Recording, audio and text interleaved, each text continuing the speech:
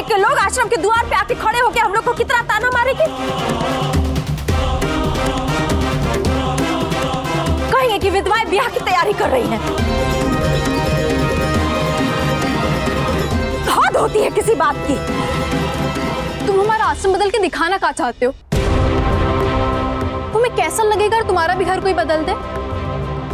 और तुमने तो बोला था पेस्ट कंट्रोल होने वाला है, तो हिम्मत कैसे हुई तुम्हारी हमारे आश्रम को दूसरे रंग में रंगने की?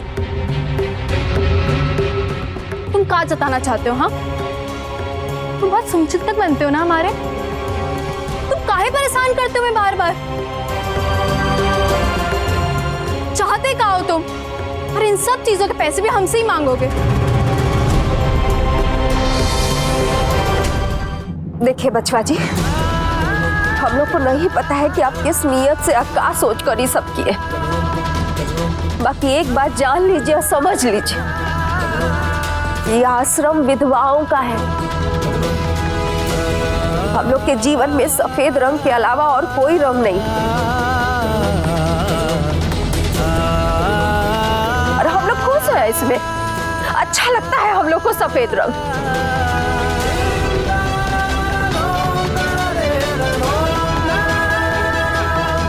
और समाज ने विधवाओं के लिए बहुत सारे नियम कानून बनाए हैं जिनका पालन हम लोग को करना पड़ता है। ना करे ना तो आपको नहीं पता कि हम लोग को का सुनना पड़ता है, कितना लांछन सहना पड़ता है।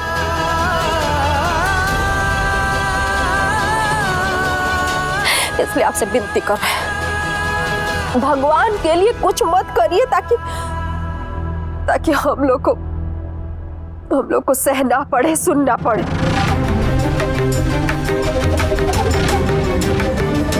काकी, आपने कभी आश्रम के बाहर आसपास देखा? दुनिया में क्या चल रहा है, जमाना कहां से कहां पहुंच गया है, लेकिन आप लोग फिर भी सदियों पुरानी मान्यताओं को पकड़ के चल रहे हैं। कभी अपने आप से पूछा है कि आप ऐसी जिंदगी क्यों जी रहे हैं? हमने तो बस थोड़ी सी रंगत डालने की कोशिश। तुम्हें लग रहा होगा कि मैंने इन लोगों के लिए इतना सब कुछ किया, इन्हें मेरा एहसानमंद होना चाहिए। पर सच तो यह है बेटा कि हमें अपने उस पुराने टूटे फूटे आश्रम से ज्यादा लगाव था। बेटा आदत सी हो गई थी ना इतने सालों रहते रहते। हम मानते हैं कि बदलाव जरूरी है, पर अगर बदलाव दायरे में रहकर हो तो ज्यादा अच्छा होता है। हम विधवाएं हैं बेटा, और हमारा दायरा बहुत छोटा होता है, और इस सत्य को हम झुठला नहीं सकते। इसे स्वीकार करने के अलावा हमारे पास कोई और रास्ता नहीं है। और ये जो नियम हम सिर्फ इसलिए अपनाते हैं क्योंकि हमें अपने जीवन जीने का एक बहाना मिल जाता है और सामाजिक सुरक्षा भी मिलती है। देखिए बचवा जी, नारी, सामान लेकर अंदर चलो। इस रंग का क्या करना है इसके बारे में बाद में सोचेंगे। हाँ, चलो सब।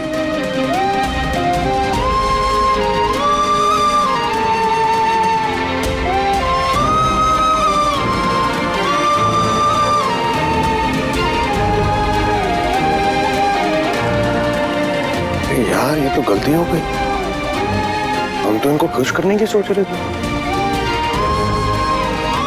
ये तो नाराज हो गए। मेरा सामान का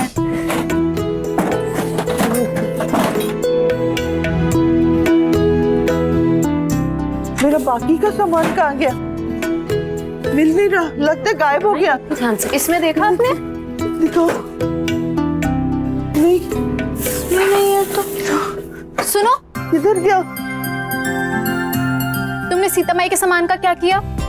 क्या किया? वही तो तुमसे पूछ रहे, क्या किया? अरे हमको क्या पता किसका सामान कहाँ पर रखा है। पेस्ट कंट्रोल की वजह से सारा सामान इकट्ठा करके या तो एक कोने में डाला जाता है या तो घर के बाहर डाला जाता है, तो हमने यहीं रखवा दिया। तुमने सामान छुआ कैसे? हिम्मत कैसे हुई सामान छूने की? तुमने हाथ कैसे लगाया मैं सामान को? देखो तुम्हें गुस्से में दिख नहीं रहा होगा, कोई और ढूंढ लेगा। रचू, क्या?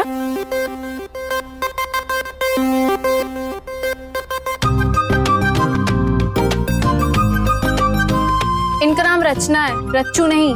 हमें भी पता है, लेकिन रचना बहुत लंबा और बहुत पुराना साउंड करता है। Rachu is modern, short, sweet, right रचू?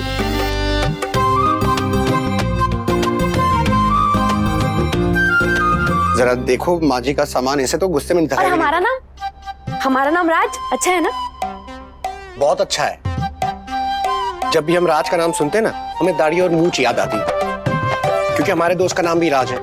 बोलो तो तुम्हें भी आज से राज बुलाएंगे। देखो, हमारी जिंदगी में ज्यादा घुसने की कोशिश मत करो। अरे बहुत प्रयास कर चुके मैं जिंदगी रंगीन बनाने की, अब और नाटक मत करो। तुम बहुत परेशान कर चुकी हो, और ये नाम वाम बदलना कोई जरूरत नहीं है इसकी। हम बहुत खुश हैं हमारे नाम से। होगे तुम बहुत दयालु, बहुत अच्छे इंसान, लेकिन हम साधारण से लोग हैं जो एक साधारण सी जिंदगी जीना चाहते हैं।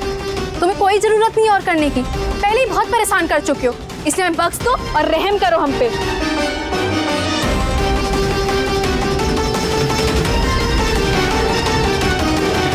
ठीक है, जा रहे हैं।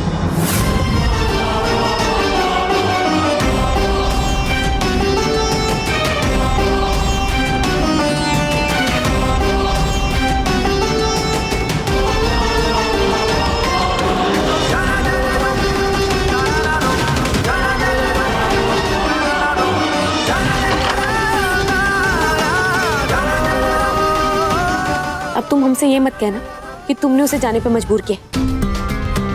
मिल गई ना खुशी?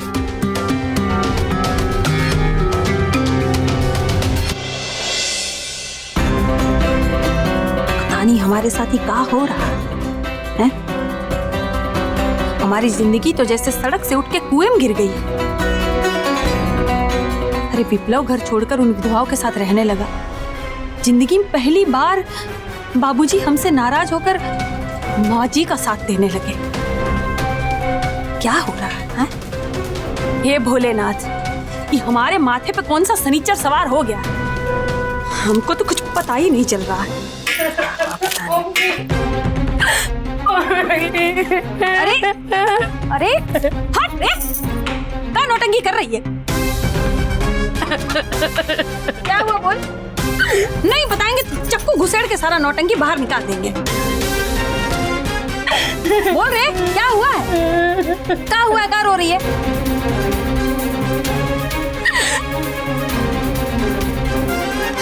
हमारे बोलने पे ना राम ने अपने बॉस से बात की थी, अपने ट्रांसफर रुकवाने के लिए एप्लीकेशन भी दी थी, बहुत रिक्वेस्ट की, और उसके बॉस ने सीधा मना कर दिया। और दादी, वो कल सुबह ही इलाहाबाद जा रहे हैं। हमने वहां से बोला भी था कि एक बार दादाजी से प्लीज बात कर लो, शायद दादाजी कुछ कर पाए, लेकिन किसी ने कुछ नहीं किया। हमने तुम्हारे दादाजी से बात की थी, अब संभव नहीं हो रहा होगा इसलिए नहीं हुआ। दादी, दादी प्लीज, दादी प्लीज आप एक बार दादाजी से बात करिए ना, शायद आपके बोलने पे दादाजी कुछ करे। प्लीज हमारे लिए बात कीजिए ना। नहीं, तुम्हारी दादी को बाबूजी से बात करने की कोई जरूरत नहीं है। हम है ना, हम तुम्हारी माँ है ना, तो हम बात करेंगे तुम्हारे दादाजी से। अब तुम लोग यहाँ से जाओगी तभी तो कुछ सोचेंगे। सर पे खड़ी हो गई हो, जाओ।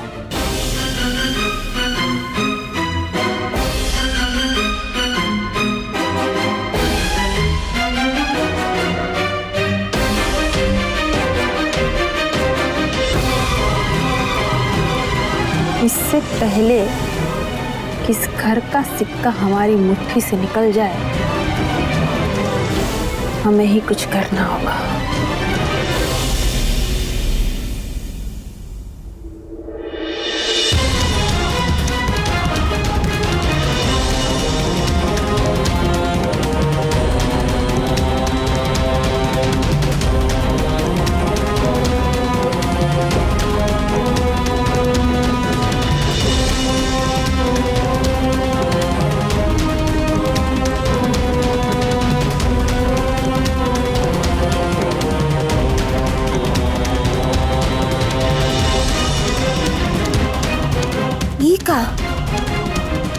से डब्बा डुब्बी लेकर आए हैं, रंगेंगे कब फिर से ही?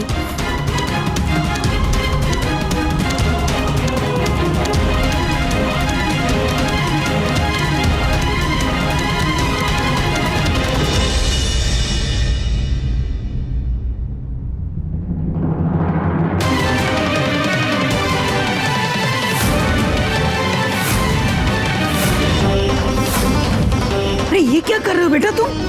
ये पेड़ पे क्यों सफेद क्या कर रहे हो तुम? क्या तमाशा लगा रखा है तुमने? कुछ देर पहले आप लोगों ने कहा ना सफेद रंग से खुशी मिलती है।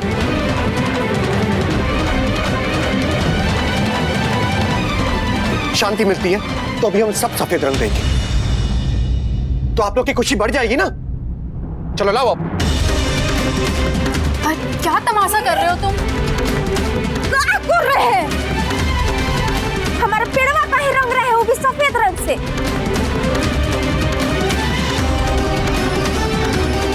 क्या करें माँ जी? अरे हम थक गए आप लोग को समझा रहे कि इस मामले में आप लोग की सोच बहुत ही गलत है।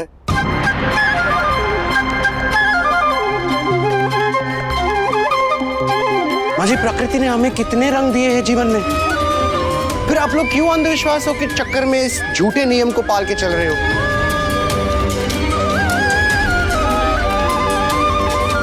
कुदरत के हिसाब से तुम्हारे शरीर को खाने की जरूरत पड़ती है कि नहीं?